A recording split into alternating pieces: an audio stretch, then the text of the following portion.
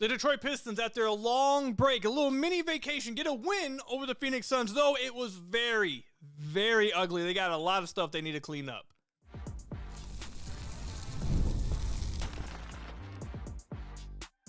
You are Locked On Pistons, your daily Detroit Pistons podcast, part of the Locked On Podcast Network, your team every day.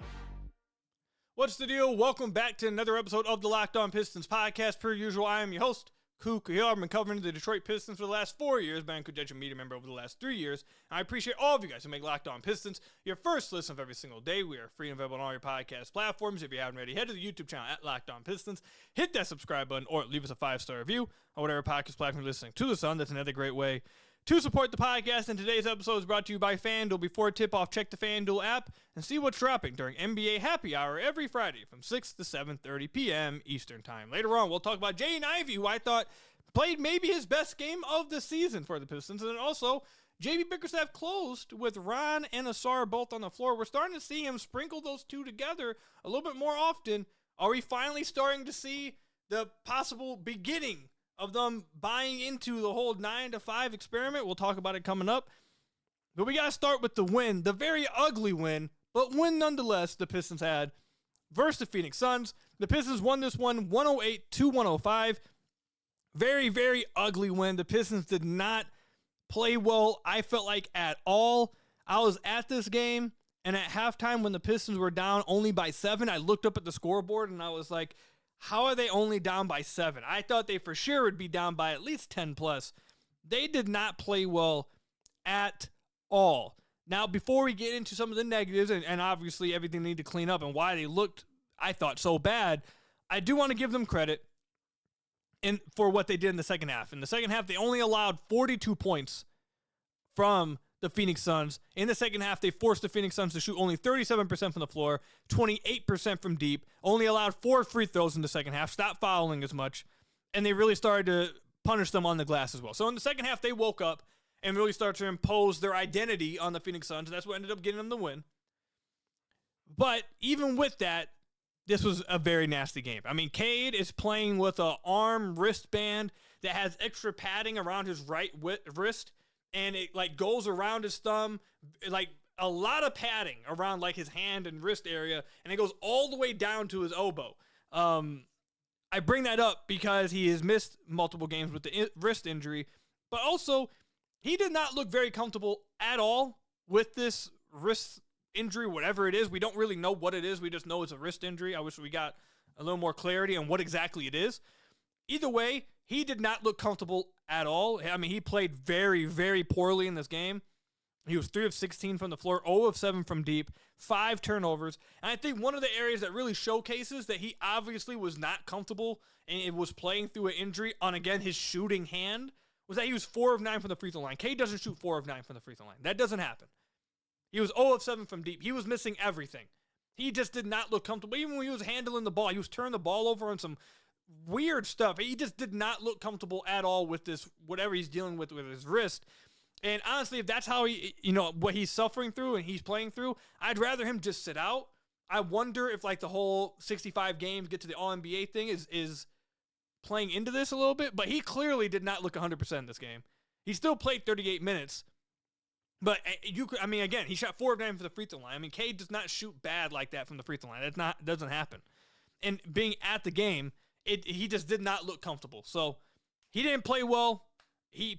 One of his worst games, if not the worst game of his season. But it seems directly correlated with the fact that he's dealing with the wrist injury on his shooting hand, that we don't really know what exactly it is. Is it a bone bruise? Is it a wrist sprain? What exactly is it? Cade didn't play well. In the first half, Assar Thompson was putrid. I mean, Assar played really bad in this first half. Second half, woke up a little bit, played a lot better, especially in this third quarter. I thought that's really when the whole team played better, like this, especially the starters. In that third quarter, really woke up and kind of just got through whatever it was before. But Assar was really bad in this first half, just like not knowing exactly. I felt like he was very unsure of where he was supposed to be in the half-court offense. Like he didn't know where to be. He was just kind of like out there. And we'll talk a little bit more about that later. But he was really bad in the first half. Caris LeVert, he was really bad, but we're going to save him for later as well. He was really bad in the first half. And then overall in the game, the Pistons shot 23 of 37 from the free throw line. They turned the ball over 17 times.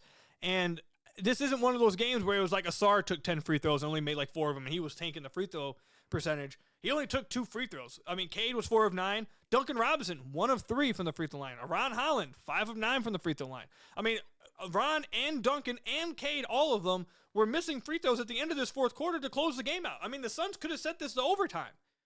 The Pistons had multiple chances to just hit free throws at the end of the game to close the game out, and Ron, Cade, and Duncan all missed free throws to keep the Suns in it. I mean, the Pistons did not look good in this game. They got the 3-point win because, again, their identity is defense, and they got to that in the second half. I mean, holding a team in 2026 to 42 points, I mean, that's unbelievable. So, I mean, like, they got back to what their identity was, and they woke up in the second half, so give them credit for that.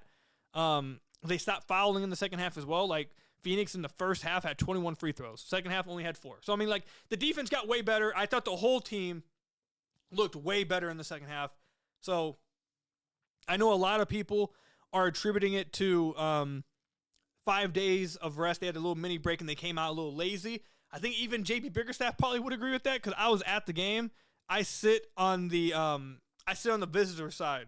I'm across from their bench where my media seat is. So I bring that detail up because even from there, I could hear JB in the first half call a timeout at one point, and when he called the timeout, scream at his team, "Wake the bleep up." So even JB, it seems like during the game, felt like they were just like sleepwalking or just were not ready to play. Like they were still lazy, whatever, feeling like they were on break. So I'm sure that play plays a lot into it. I mean, Cade just not being healthy plays a lot into it. But I'm sure like the whole team not playing well in that first half really has to do with, they were on a break and maybe they started out a little sluggish. I mean, sounds like JB agrees with that. I'm not going to poo-poo that. That's definitely probably plays a lot into it. But they just didn't play well. And they were lucky, I felt like, to win this game. Now, saying lucky is probably a little bit too far, probably a little bit of a stretch, because you do end up having to make the plays. You do end up having to play the defense in which they played. One of the adjustments that I thought JB Bickerstaff actually did, which I'm sure a lot of you guys were happy with, because you guys have been in the comments complaining about this a ton. In the first half, he had Assar on Dillon Brooks. And Dillon Brooks was 3 of 8 in that first half, but Grayson Allen got off on him. He had 21 points, 5 of 10 from the three-point line, 6 of 11 from the floor. Then in the second half, he switched Assar off of Dillon Brooks and put him on Grayson Allen. And then in the second half, Grayson Allen was 5 of 14, 35% from the floor, 2 of 10 from deep, only 12 points. He finished with 33, but all of his damage in the first half. I know a lot of you guys have been complaining that why are you wasting Assar on like the point of attack guy? Just put him on the guy who's killing you the most. On the offensive end of the floor. I mean, I've seen you guys complain about that with the Boston games when Jalen Brown's going off and you have Assar just guarding Payne Pritchard. The Clippers game when you have him guarding James Harden and Kawhi Leonard's killing you. It seems like JB made that, he did make that adjustment in this game, and I think that really contributed to Grayson Allen kind of getting slowed down. Not kind of, I mean, he did get slowed down. He was 5 of 14 in the second half. So a really good adjustment from JB. But, I mean, look, you'll take any win. This team continues to be at the top of the Eastern Conference, and despite the fact that their offense continues to they're not getting nearly enough shooting. I mean, they made 9 threes, and 7 of them were from Duncan and Jaden Ivey.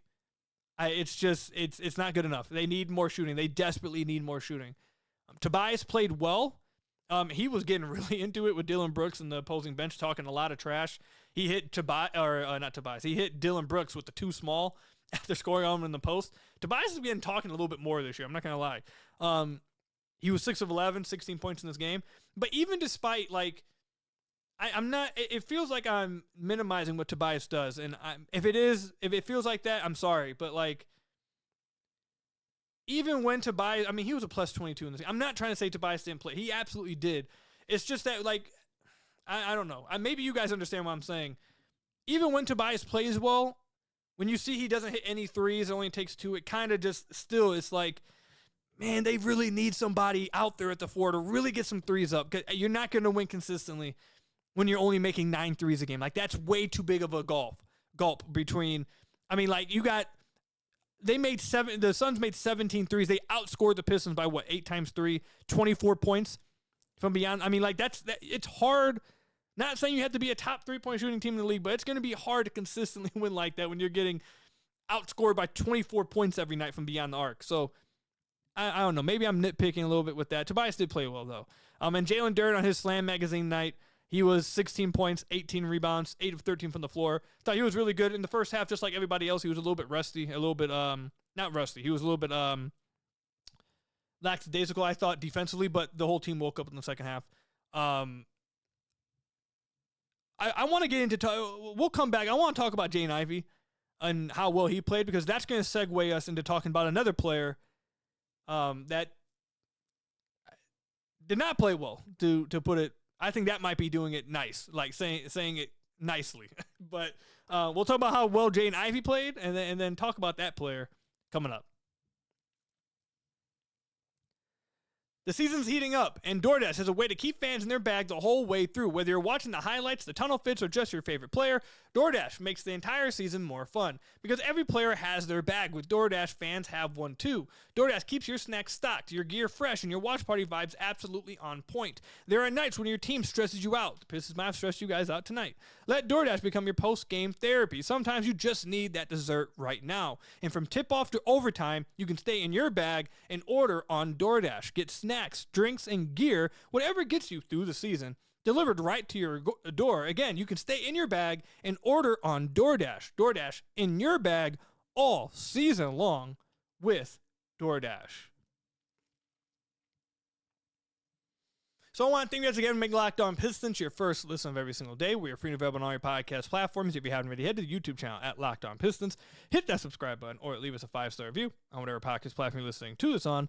That's another great way to support the podcast. Before we talk about Jaden Ivey and this other player who just did not look good, I just to give you guys a little peek behind the curtain. This is my second time recording the pod because my software crashed in the middle of the first one. I just remembered this was something I talked about in the first recording, but I forgot to talk about it in the second recording. I want to make sure I actually point this out. The Pistons offense since December 15th is 15th in the NBA. Now, they're still number one in defense during that stretch, so you can kind of say it doesn't really matter because they're still, relying on their identity and not going away from that. Like, they're still dominating teams on defense and it's making them win games anyways. So maybe you don't look at it too much. Teams go through ups and downs throughout the season. It is what it is. It's a long season. So maybe you don't read into it too much. But their offense is 15th since December 15th. I was sent that by Sean Murphy, friend of the podcast. I think one of the main reasons could I hit on this in the first recording? Like I said, I forgot to hit on it in the first segment. I have two reasons for this. Their shooting, they need more shooting. Their shooting has not been there during the stretch. And the second biggest reason, Assar has been way too up and down on the offensive end of the floor. And it's been mostly down recently. And you guys know I'm a big Assar guy, but I call it how I see it. The first 26 games of the year, I thought he was playing extremely well. Especially the first 20 games of the year. I thought he was playing the best basketball of his career. Playing the best he's ever played offensively. And the craziest thing is that over the last 9 games, this is some of the worst offensive basketball he's played of his career. Now, he's went through a similar stretch like this last year in February, I believe it was. He struggled for really that entire month and then bounced back in March and ended up playing well to close the season out. But these last 9 games is the worst I've ever seen him play offensively. He's been way too up and down, like I said, mostly down. 8 points a game on 46% shooting from the field. He has not been the same Assar Thompson we even saw last year. Like the one we saw last year and the majority of this year, the first 26 games, he has not been that guy the last 9 games. I don't know what's going on. He's in the middle of a really, really bad downturn, I guess, or playing bad the last 9 games offensively. And the craziest thing about it is that the immediate 3 games before this stretch was his best 3 offensive games of the year. I mean, Greg Kelser was talking about it on the broadcast, that Assar was really stepping up offensively as a scorer consistently. I mean, the 3 previous games, the first 3 games of that road trip, averaging 17 points a game, 7 rebounds, 3 assists on 52% shooting from the field, and got to the free throw line 7 times a game, was shooting 65% from the free throw line.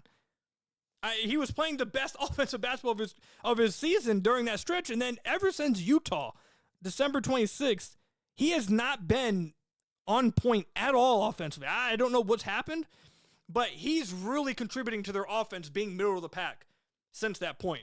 Now, again, we've seen him go through a stretch like this. I'm not really concerned about him long term. Like, he's going to turn it around. We know what player he is. We have a much large sample size, even of just this season, of what he is offensively. He's just really in a down spell right now. He's not playing well offensively the last 9 games, and they really need to find a way to snap him out of it because they need him offensively, or their offense to continue to look like this. So Assar's not been good offensively last night. It's been bad. And it's just really shocking to me that this is happening right after the stretch. Literally the immediate stretch right after, he was looking amazing offensively. I mean, that was the game against Portland and Sacramento and Charlotte where he was playing exceptional. Last 9 games just not been good. Need him to snap out of it. I'm sure he will, but he needs to snap out of it. Jaden Ivey played his best game of the season, I feel like. 15 points in just basically 17 minutes. He played 16 minutes and 50 seconds. I feel like he played the best game of his season in this game. 3 of 5 from deep, 6 of 8 from the floor. Like I said on the podcast before, I want to see him get a bunch of threes up when he comes in because he's really him and Duncan are the only volume 3-point shooters that play consistently. And if they're not getting threes up, nobody's just going to get threes up, and the Pistons are going to lose. Every single three he made in this game was important. He had a few pull-up middies that were really cool to see, especially his first shot of the game, hit a behind the back on Ryan Dunn into a nice mid-range jumper. Really nice to see. He was playing exceptional. Again, off of another guard, playing off ball where he's catch and shooting. And if they close out hard on him, he takes a pump fake, 2 dribbles, and he goes into that mid-range. I mean, when he's playing off ball and he's hitting his outside shot, he can play extremely well. And as I said on the podcast, I believe a few days ago, or a few episodes ago, he has become someone who is incredibly reliant on his high-volume 3-point shooting. And this is a team that needs that. So, and when he's hitting his 3-point shot, he is going to be really impactful on the Pistons' success. They need him to get threes up. Heck, he got 5 up in just 17 minutes of action. I wouldn't have been mad if he got 7 up, 8 up in just 17 minutes. Like, he is one of the Pistons' best 3-point shooters, and they need it. And he played really well in this game. I'm a little shocked that he didn't play more than 17 minutes, and we'll get into maybe one of the reasons why he didn't. Nothing that he did. But I thought Ivey was fantastic in this game. And I was happy to see him get it because he was not playing well the last few games. Was not playing well at all. And for him to come out, I believe it was also bobblehead night for him, right? It was his night and Jalen Duren Slam Magazine night. So for him to play well, and look the way he did tonight, I was happy for him. He played really well. The Pistons needed everything he gave them.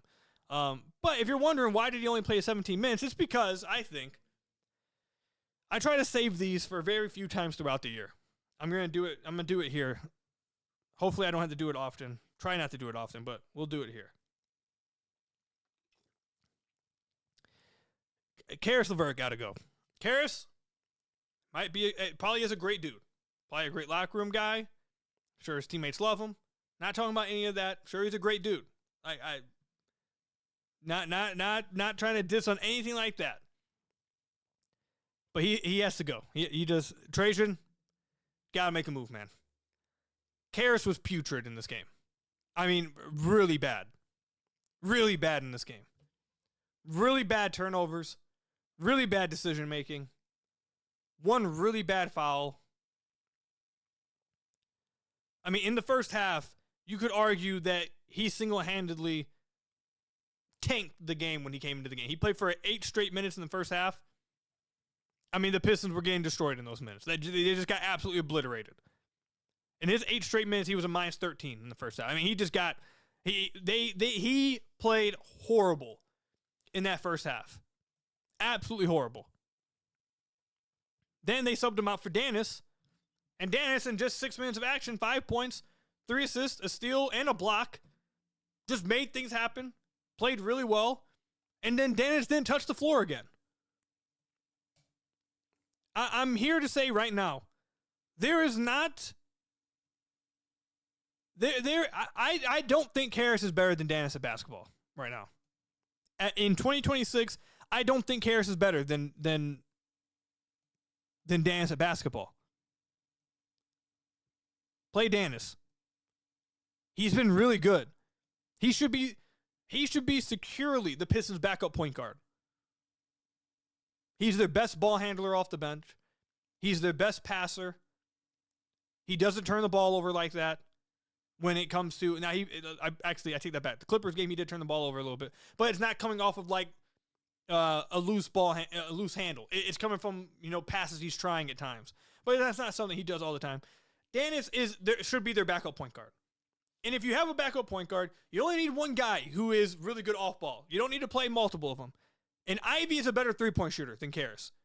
They don't need Caris's hypothetical on-ball juice when it comes as a scorer. First of all, we haven't really seen that on-ball scoring juice since the first 3 weeks of the season. He's been bad since then. That's one. Two, you just don't need it. You don't need it off the bench if you're going to have Dennis as the backup point guard. And then Ivey's good playing off of another point guard, whether it be Cade, whether it be Jenkins, whether it is when he plays off of Assar and they try to play Assar as like this point guard when guys are out. Like, that's when Ivey plays really well. So it's simple to me. Caris just shouldn't play anymore. And I know that that's probably not going to happen because JB is a fan of his, and JB likes Caris. So he's going to continue to play Caris. That's why it now falls on Trajan. Trajan has to make a move. He has to move Caris. He has to find a trade for him and take the toys away. So JB is forced to play Dennis, play Ivey with Dennis off the bench, have those guys be your backcourt guards or backup guards. Caris should not be playing anymore. He's not better than Jenkins. I just don't think he is. Flatly. I just don't think he's better than Dennis. It's not about Dennis being younger, being a fan favorite. I flatly believe he's just better at basketball at this point in 2026 than Caris. Like, simple. And then Ivey serves a role that they need more than Caris does. They need Ivey shooting. Caris isn't shooting like he took 0 threes tonight. He's not going to be a high-volume three-point shooter. He's not that great of a three-point shooter anyways. So Dennis is better than him at the backup point guard. Ivey's better playing off the ball than he is, I think. So now there's just not a role for him. You're not going to play him over Ron. At least you shouldn't. And there's no need for them to be going 11 deep. They don't need to be doing that. Also, this last thing I'll say before we move on to the next topic. Javonte Green, we love Woo. Give him a lifetime contract in Detroit. But games like tonight are why I say that he is a good, guys are injured. Oh, we have to play Javonte? Oh, perfect. I mean, he's fine. Like, we're happy to play him. He's one of those guys, and I don't believe one of those guys you should be forcing 18 minutes to per night. He is a good depth piece. I don't think he is a consistently above average consistent rotation guy. And that's not a diss on Javonte has been great when he's been called upon all year. But this is just something I've had issue with JB's rotation, the whole Dennis versus Caris thing, and then also the forcing minutes to Javonte, where I don't think you need to force those minutes to him. I like, if you're going to, you already have, okay, how about this? I'll end it here. You have Assar and Ron to do the whole defensive wing stuff. If you're going to try to find minutes for somebody else, if you're going to try to go 10 deep and find some minutes for someone else, it should be Sasser and Lanier. Because you have the whole defensive wing stuff. You don't need to play Javonte with Ron and Assar. Like, you don't need to do that. If you're going to play another guy, I feel like it should be someone that's helping you address the shooting problems. And you have Sasser who can do it, and you have Lanier who can do it. I would rather them just go 9 deep, play Ivey, and off the bench. I would play these guys off the bench. Stu, Ivey, Holland, and Dennis. That would be my bench. And then you play your starters. That's it. I'm not playing Caris. I'm not playing Javonte unless someone's hurt or I need like a spark. People are just, they're not playing well. You want to play Javonte and Paul Reed a few minutes to get everyone hyped up, whatever. Do that, okay?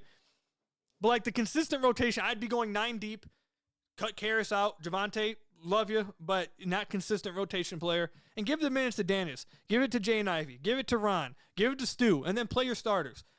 And if you do go 10 deep, play one of the shooters.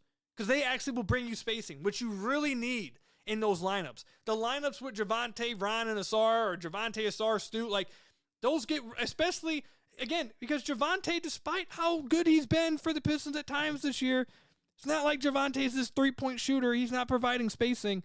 So especially when you try playing those three guys together, it's not like you're getting tremendous three-point shooting and enough spacing to make it work. I mean, I think some of the rotation decisions as well are part of the reason why the Pistons have been 15th in offense since December 15th. I do think that's been part of some of their struggles offensively. So that was a quick rant. I'm sure, like, next game, they'll beat, who are they playing? The Pacers? They'll probably beat the Pacers by like 20 plus. And this will all, what I'm saying right now, will be like, oh, who cares about it?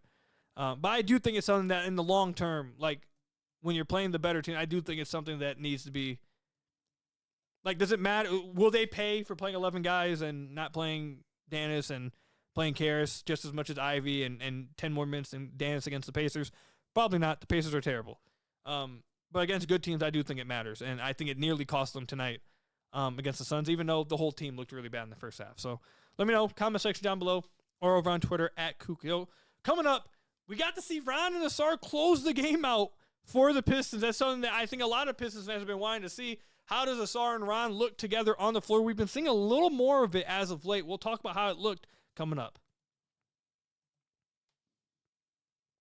Fridays already feel different during basketball season, and FanDuel is making them even better. Every Friday night before the games tip off, FanDuel gives fans a new way to kick off the weekend with NBA Happy Hour. NBA Happy Hour is your official pregame and limited time window where special offers drop right inside the FanDuel app before the action starts. Fridays from 6 to 7:30 Eastern have become appointment viewing with NBA Happy Hour. The timing is perfect.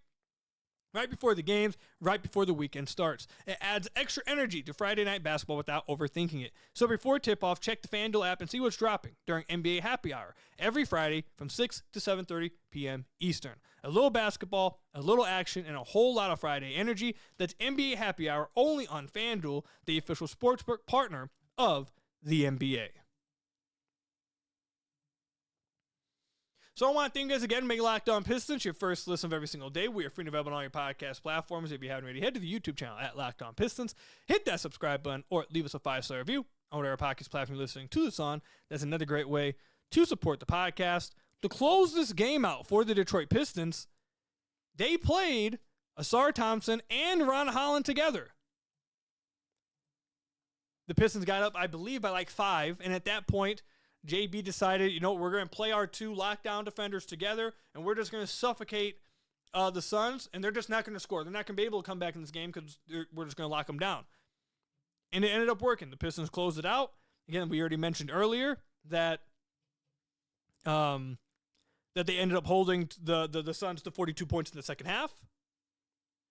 I thought it looked good in that it was only like a 2-minute stretch, but I thought it looked good. They did their job. There was one possession where they basically forced a shot clock violation. Assar and Ron both were just running around. I mean, I feel like they covered 3 guys. It felt like they covered the entire half court, just them two, running around, contesting shots, forcing pump fakes, and eventually getting like a shot clock violation. They were, I thought it did exactly what you expected it to do and what you thought it would look like. And I've told you guys now, I can confirm this to you guys. I've wrote about it in the offseason. I know this to be the fact. The front office thinks very highly on the future of Assar and Ron together eventually. Obviously, you have the shooting concerns. The front office believes those will work themselves out the rest of this year, and going into the offseason, they'll really be ready next year. But they are very high on this duo. And I think you are starting to see JB play them in spurts a little more as time goes on. This is another reason why I really wish they would cut Javante's minutes and cut Caris's minutes and just give them the Ivy, Dennis, and Ron so you could get more Assar and Ron minutes. I mean, in 155 minutes that they've played together, they're a plus 19.2. They have a defensive rating. Listen to this. They have a defensive rating of 90.3. 90.3. Basically, that means you don't score. That just means you do not score when these two guys are on the floor. If you score, you're lucky. It's basically what that means. You just flatly cannot score when Assar and Ron are on the floor together. And the offensive concerns are clear. And it's why you can't just start them. It's why you can't play them for 20 minutes a game. But can you play them for 5 to 8 minute stretches a game? I think so. I think in those 5 to 8 minutes, you can just be like a defensive lockdown team. Play them with Stu. Play them with Dennis, Cade, whatever. And just for those 8 minutes, you are just creating havoc. Teams aren't scoring on you. You're scoring in transition, and that's just what you do during that time. Now, obviously, I'm going to be objective. I'm sure JB probably doesn't feel as comfortable doing that, especially when Assar is playing as bad offensively as he's been since December 27th. When he's playing as bad as he has the last 9 games offensively, that probably doesn't give JB a lot of confidence, a lot of comfortability to do it so much. Despite that, though, I thought it looked good at the end of the game. Every time we've seen it, they've just smothered teams. Again, it's not good enough for them to, or in the half-court offense, I should say. They're not good enough in the half-court offense for you to play it for super long stretches. I completely understand that. But you should start, I feel like you really should start to see them play like 5 to 8 minute stretches. I think it would, and again, they're first in the East. I know anytime you suggest anything when it comes to the team first in the East, it's like they're winning games right now. Why change anything? Like, I get it. Like, I understand. Just a suggestion. I would play these guys a little bit more together. Play Ron more. Play them more together, and see how it goes. I think it would look really well, especially if you played them with Cade and have him be like that. Have him be obviously the whole half-court offense, and have Stu be this spacer, which, if you guys go back and watch the game in the fourth, it generated good looks. They did exactly what I've been saying for them to do. If you're going to play these two together, Assar is the screener. And they used Assar over and over and over again at the end of this game as a screener, and it ended up getting him free throws in the end, and ended up forcing the defense. They trapped Cade and then forced the defense to convert in on Assar in the paint. Now you got 4 and 3. You got Duren wide open underneath the paint. Now you got advantageous situations on the glass. That's how you make it work. And I don't know. I'm just a real big fan of it. I think they would look really good if you played it a little bit more, but I understand why you can't play it for a long time, and I understand why Assar's play over the last 9 games makes you feel a little bit more squeamish about actually doing it. But I thought it looked good tonight, and Ron played really well. Oh my God, I don't think I mentioned Ron. Ron played really well. He played really well in this game. In just 21 minutes, 11 points. Now, he did have 5 turnovers. That's not great. He had 1 really bad turnover at the end of the game. That one wasn't nice. But 11 points, 9 rebounds. I mean, he's just still like, it's the same thing with Ron. I always say about him. Does it always look pretty? Maybe not. But he just finds himself around the ball. And somehow he finds himself at the basket and he'll just finish some crazy stuff. It's not always the prettiest, but who cares if it's pretty? He does the dirty work. He gets aggressive. He was nearly about to fight Dillon Brooks. Like, he's physical. And he's constantly 99 stamina, constantly active, and just finds himself around the ball all the time. He was really good for the Pistons off the bench tonight. But that's all I've got for you guys today. Thank you guys for making Locked On Pistons your first listen of every single day. Free and available on all your podcast platforms. Hit that subscribe button to the YouTube channel. Leave us a 5-star review, whatever podcast platform you're listening to this on. And until next time, I'll see you guys later. Stay safe out there, and peace out, everybody.